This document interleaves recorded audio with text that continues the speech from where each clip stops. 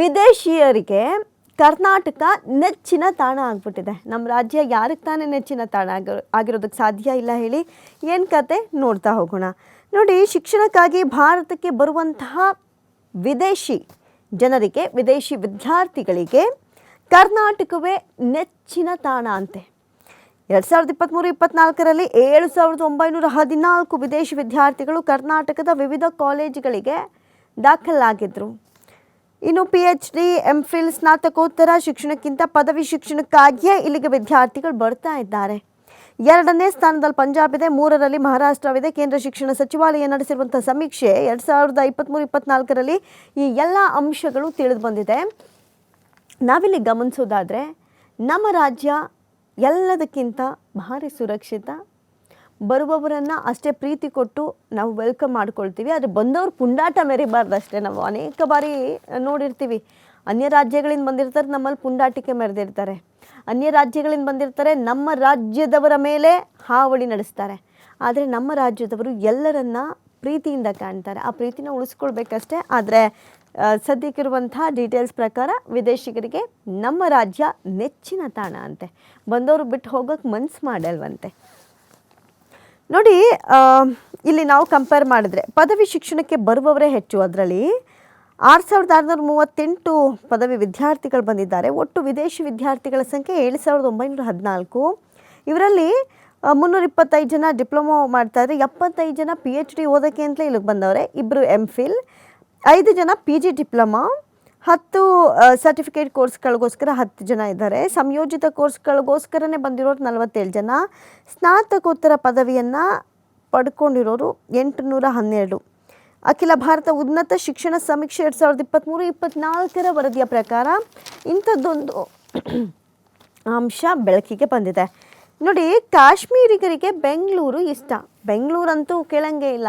ನೀವು ಯಾವುದೇ ದೇಶದಿಂದ ಬನ್ನಿ, ಅನ್ಯ ರಾಜ್ಯದಿಂದ ಬನ್ನಿ, ಯಾವುದೋ ಹಳ್ಳಿಯಿಂದ ಬನ್ನಿ, ಮೂಲೆ ಮೂಲೆಗಳಿಂದ ಬಂದರೂ ಇಲ್ಲಿ ಬದುಕನ್ನು ಕಟ್ಕೊಳ್ಳೋಕ್ಕೆ, ಇಲ್ಲಿ ಜೀವನವನ್ನು ಕಟ್ಕೊಳ್ಳೋಕ್ಕೆ, ಬದುಕಿ ಬಾಳೋಕ್ಕೆ ಬೆಂಗಳೂರು ಎಲ್ಲರನ್ನ ಆತ್ಮೀಯವಾಗಿ ಸ್ವಾಗತಿಸುತ್ತೆ. ಅದೇ ಕಾರಣ ಇವತ್ತು ಬೆಂಗಳೂರಿನ ಜನಸಂಖ್ಯೆ ಇಷ್ಟರ ಮಟ್ಟಿಗೆ ಮೀರಿರೋದು. ಅಷ್ಟರ ಮಟ್ಟಿಗೆ ಬೆಂಗಳೂರು ಎಲ್ರಿಗೂ ಅಚ್ಚುಮೆಚ್ಚು ಮತ್ತು ಫೇವ್ರೆಟ್ ತಾಣ. ಅಂದರೆ ಬಂದವರು ಏನು ಕಿರಿಕ್ ಮಾಡ್ಕೊಳ್ದೆ ಬಂದ್ವಾ, ಇದ್ವಾ, ನಾವಿಲ್ಲೇನೋ ಕಲ್ತ್ಕೊಂಡ್ವಾ, ಇಲ್ಲಿನ ಅನ್ನ ತಿಂದ್ವಾ, ಇಲ್ಲಿನ ಅನ್ನ ನೀರಿಗೆ ಮಣ್ಣಿಗೆ ಬೆಲೆ ಕೊಟ್ವಾ ಹೊರಟ್ವಾ ಅಂತಿದ್ರೆ ಅದೊಂದು ರೀತಿ ಸಂತೋಷ. ಆದರೆ ಒಂದಷ್ಟು ಜನ ಇರ್ತಾರೆ ಬೇರೆಯವರು, ಪುಂಡಾಟಿಕೆ ಮೆರೆಯೋರು. ಅವರು ಇವ್ರು ನೋಡಿ ಕಲ್ತ್ಕೊಬೇಕು. ಯಾಕಂತ ಹೇಳಿದ್ರೆ ಬಂದವರು ನಮ್ಮ ನೆಲವನ್ನು ಪ್ರೀತಿಸ್ತಾ ಇದ್ದಾರೆ. ನೋಡಿ, ವಿದ್ಯಾರ್ಥಿಯಾಗಿ ನಾನು ಬೆಂಗಳೂರಿಗೆ ಬಂದೆ, ಮತ್ತು ನಾನು ಇಲ್ಲಿಂದ ವಾಪಸ್ ಆಗಲೇ ಇಲ್ಲ. ವಿದ್ಯಾಭ್ಯಾಸಕ್ಕೆ, ಉದ್ಯೋಗಕ್ಕೆ ಇದು ಸ್ವರ್ಗ. ಇಲ್ಲಿರುವ IT ಕಂಪ್ನಿಗಳು, ಅತ್ಯುತ್ತಮ ಹವಾಮಾನ, ಎಲ್ಲವೂ ಚಂದ ಅಂತ ಹೇಳಿದ್ದಾರೆ ಕಾಶ್ಮೀರಿಯವರೊಬ್ಬರು. ಕಾಶ್ಮೀರಿಗಳನ್ನಂತೂ ಬೆಂಗಳೂರು ಅಪ್ಪಿಕೊಳ್ತಾ ಇದೆ. ಇದು ಮಾರೂಫ್ ಅನ್ನೋರ ಮಾತು. ಅದು 1990ರ ಕಾಲಘಟ್ಟ ಅಂತೆ. ಕಾಶ್ಮೀರದಲ್ಲಿ ಹಿಂಸಾಚಾರಗಳು ಭುಗಿಲೆದ್ದಿದ್ವಂತೆ. ಸೇನಾ ಕಾರ್ಯಾಚರಣೆ ನಡೀತಾ ಇದ್ದ ದಿನಗಳವು.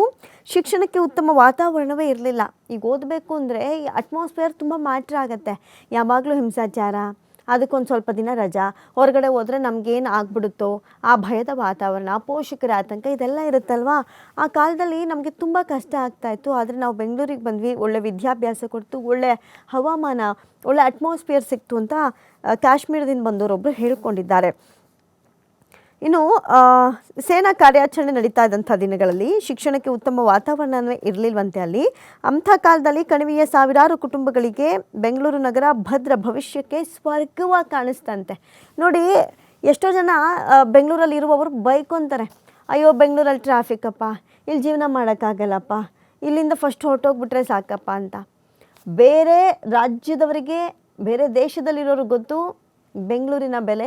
ಯಾಕಂತ ಹೇಳಿದ್ರೆ ಏನೂ ಇಲ್ಲದೆ ಬರಿಗೈಲಿ ಬಂದ್ರೂ ನೀನು ವಾಪಸ್ ಹೋಗುವಷ್ಟರಲ್ಲಿ ನಿನ್ನನ್ನು ಅಥವಾ ಒಬ್ಬರನ್ನ ಒಂದು ಸಂಪೂರ್ಣ ವ್ಯಕ್ತಿಯನ್ನಾಗಿ ಅನ್ನ, ನೀರು, ಬಟ್ಟೆ ಕೊಟ್ಟು ಇರೋಕ್ಕೆ ಸ್ಥಳ ಕೊಡುವಂಥ ಸ್ಥಾನವೇ ಬೆಂಗಳೂರು. ಹಾಗಾಗಿ ಬೆಂಗಳೂರನ್ನು ಒಬ್ಬರು ಹಾಡಿ ಹೊಗಳಿದ್ದಾರೆ.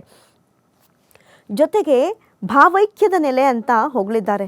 ಇತ್ತೀಚಿನ ವರ್ಷಗಳಲ್ಲಿ ದೇಶದ ವಿವಿಧೆಡೆ ಕಾಶ್ಮೀರಿ ವಿದ್ಯಾರ್ಥಿಗಳ ಮೇಲೆ ದಾಳಿಗಳಾಗ್ತಾ ಇದೆ.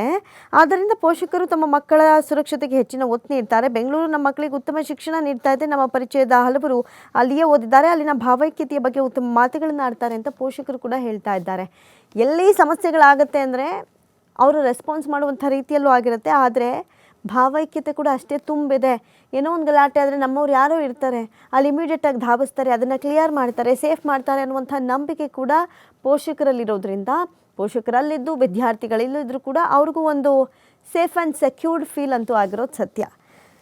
ಸೊ ಇದು ವಿದೇಶಿಗರಿಗೆ ಜೊತೆಗೆ ಅನ್ಯ ರಾಜ್ಯದವರಿಗೆ ನಮ್ಮ ರಾಜ್ಯ, ನಮ್ಮದೇ ಬೆಂಗಳೂರು ಎಷ್ಟು ಸೇಫ್ ಮತ್ತು ಎಷ್ಟು ಸೆಕ್ಯೂರ್ಡ್ ಅನ್ನುವಂಥ ಕುರಿತಾದಂಥ ವಿಚಾರ, ಒಂದು ಅಂಕಿಅಂಶ 2023-24 ವರದಿ ಕೂಡ ಈಗ ಬೆಳಕಿಗೆ ಬಂದಿರೋದು ಒಂದು ರೀತಿಯಾದಂಥ ಖುಷಿ ವಿಚಾರ.